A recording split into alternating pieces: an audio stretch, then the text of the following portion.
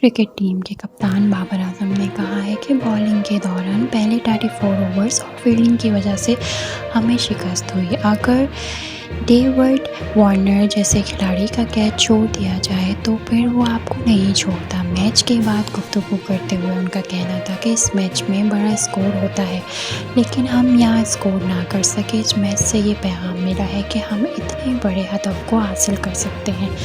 बाबर आजम ने कहा कि लाइट्स के नीचे बैटिंग करना बेहतरीन तजर्बा था। हमने शुरुआत अच्छी की, हमने छोटी छोटी पार्टनरशिप्स कायम की, लेकिन कोई बड़ी पार्टनरशिप कायम करने में नाकाम रहे। इनका मज़ीद कहना था कि हमें बॉलिंग में पहले 10 ओवर्स के दौरान और बैटिंग में मिडल ओवर्स के दौरान बेहतर होना पड़ेगा। मज़ीद मैच के हवाले से ख़बरें हासिल करने के लिए हमारे चैनल को सब्सक्राइब और लाइक करना मत भूलिएगा, ताकि आप हर आने वाली ख़बर से आगाह रहें और हमारे साथ रहें। तब तक के लिए अल्लाह हाफ़िज़।